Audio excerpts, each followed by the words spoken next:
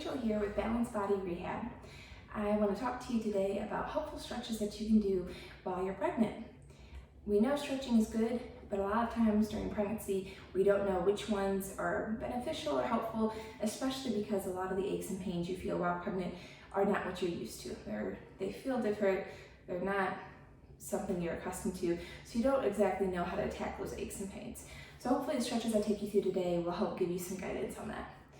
The first thing I like to talk about is the importance of stretching through your chest. We all have a tendency to be forward and to get tight through our chest. I think that becomes more prevalent when we're pregnant, especially as we get into the later stages of pregnancy, because you have to shift your weight for the baby and you end up being more rounded through here, and I'm exaggerating, but you end up being more rounded through here to accommodate for the change of the center of gravity. So you want to be aware and conscious of that and try to stretch up through the chest. Getting more mobile and open through here will help decrease strain in your low back and your hips. To do this, I'm going to have you lay on your side. Usually side lying is very comfortable. If you are having some discomfort, you can put a towel or a pillow underneath the belly for some support. I actually want you to keep your bottom leg straight and then bring your top leg up wherever you're comfortable. This positioning tends to be more comfortable for me, especially as I progress in my pregnancy. I'm about 22 weeks currently, that this is a position that I'll be able to maintain well into the third trimester without any issue. Then you'll take the top hand, chest out, and you're gonna rotate open, and you can even extend this arm back, and that's gonna give you a really big stretch through the chest and into your upper and middle back. You can hold that for about 30 or so seconds. And you can do several repetitions of that. Next, I'm going to have you go onto your back. If you're later in your pregnancy, in the third trimester, try to get some pillows behind you so you're not laying flat, or if you have a wedge you can lay on, that can also be very helpful, so that way you're not putting too much pressure through your low back. So this next stretch is for your hips. You're going to want to cross your ankle over your knee and let your knee fall out. You're actually going to apply some overpressure on that knee away from the body. I'm pretty flexible in this position, so for me to feel a stretch in my right hip, I actually have to pull my left leg up and then push my right leg out. And in this position, I finally feel that stretch. As I get further on in my pregnancy, this won't be a very easy position to hold. So an easy modification is my left leg would just rest on the wall. So I would butt up next to the wall. I'll put my left leg up, and then that way I don't have to hold it, and I could just push my leg out while holding my leg there. And I'll get a really nice stretch through that right hip area. From here, to stretch up the front of your hips, because those can also get tight, especially if you're having any groin pain or pinching. You just need to get to the edge of a table or the end of your mat, pull up the side you're not stretching, and that the side that you want to stretch, sink off the table, trying to keep your back and pelvis in neutral. And as it hangs off the table, you'll get a nice stretch to the front of your thigh and down to your knee. All those stretches you can hold 20-30 seconds and do them a couple of repetitions. The next position we're going to get into is on our hands and knees. These are a couple of yoga poses that are very effective. There's actually some really good literature on the benefits of doing these next couple. The first one we're going to do is called the cat back. And being in this position and doing the cat back motion has been shown to help with several issues, especially as you progress to the third trimester. The first big thing that can help with is it can aid in digestion problems that are common in pregnancy, which I find very interesting. It can also help to increase circulation and relieve pressure on blood vessels in the bladder.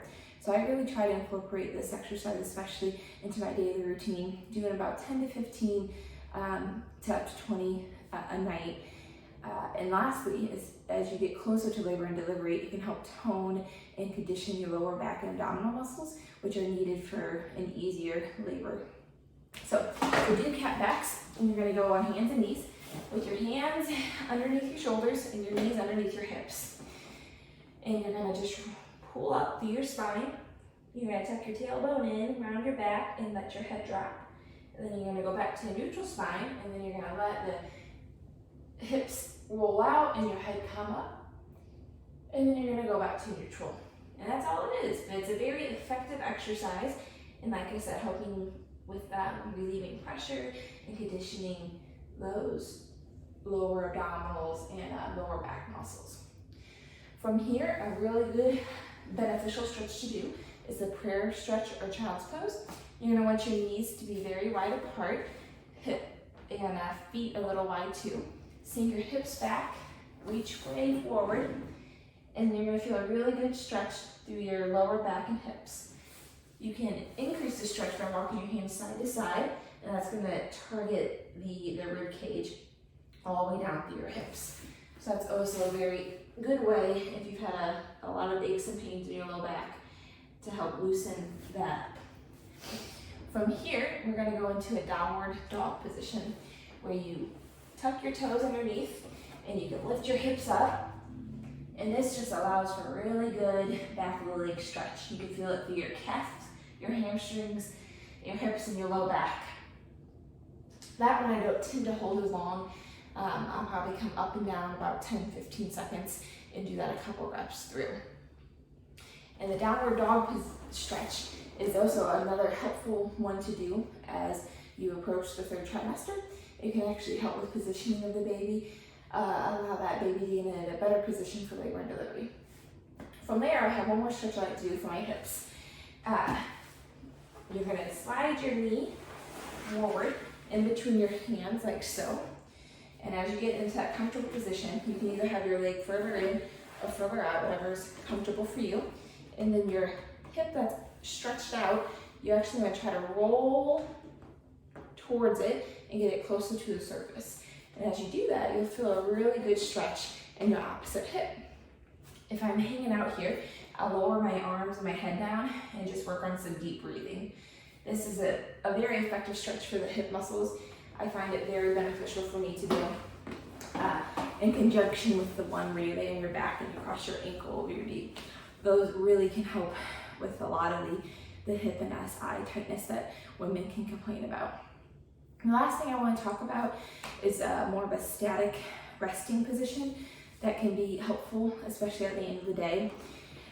Instead of sitting in a recliner or on your couch, if you have a couple minutes of time, you can sit on the floor, bring your legs up with your feet touching, and really try to sit up nice and tall. So you're sitting in your sit bones, and let your legs, your knees fall out to the side.